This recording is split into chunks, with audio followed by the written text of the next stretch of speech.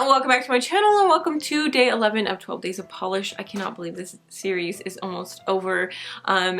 It has definitely consumed my life with editing and whatnot, but it's been a lot of fun and I've learned so much. But today we're going to talk about polishes that disappointed me. These are polishes that I discovered in 2017, so they weren't necessarily released. So do keep that in mind as I go through each one of these. And these are just, I don't know, these are polishes that I was expecting one thing but ended up getting another. So let's get started. The first ones are from Zoya, and I've talked about this before. If you've been following me since the beginning of this year, you probably know what I'm talking about. But I was not a fan of the Charming collection from Zoya, which was their spring release, but there were two polishes in there that I just could not get on board with. The first one is Lacey. This is a, I don't know, like kind of like a minty green, but it's a very confusing polish. There's a really strong gray cast to it and it just does not look good. And the formula's not that good either. It's a 3-coater. I know that you kind of need that when it comes to like micro sparkle kind of polishes, but overall I've never worn it since I had to swatch it. The next polish goes along those same lines, and that is Amira. This is just a blue version of Lacey. Again, it has that gray cast. It also has micro sparkles in it.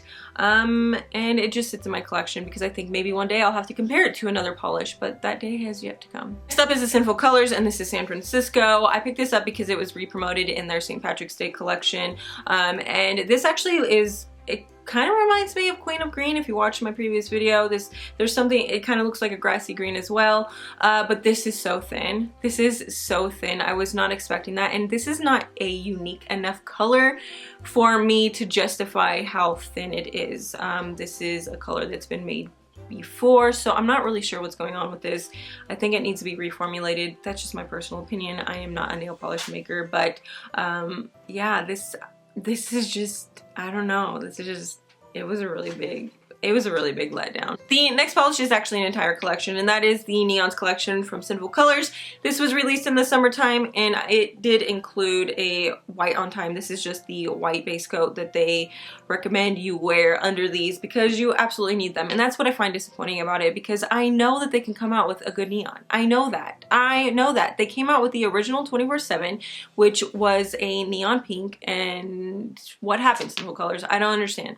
I don't understand. I don't want to spend my time applying 4 colors, if you will, my base coat and then 4 layers for color and then my top coat. I just don't want to spend that time on my manicures, so that is why I found these disappointing. And the last one is All Glammed Up from Glaze. This was released earlier in the year. I found this disappointing because, I kid you not, it is the difference between All Glammed Up and Too Much of a Good Fling, which is from the Spring Fling collection, is incredibly minute. It is so minute that I honestly don't think that if I were to set either one on a table that you would be able to differentiate one from the other. I mean, you have to have them side by side to see a difference. All Glammed Up is just the tiniest bit darker.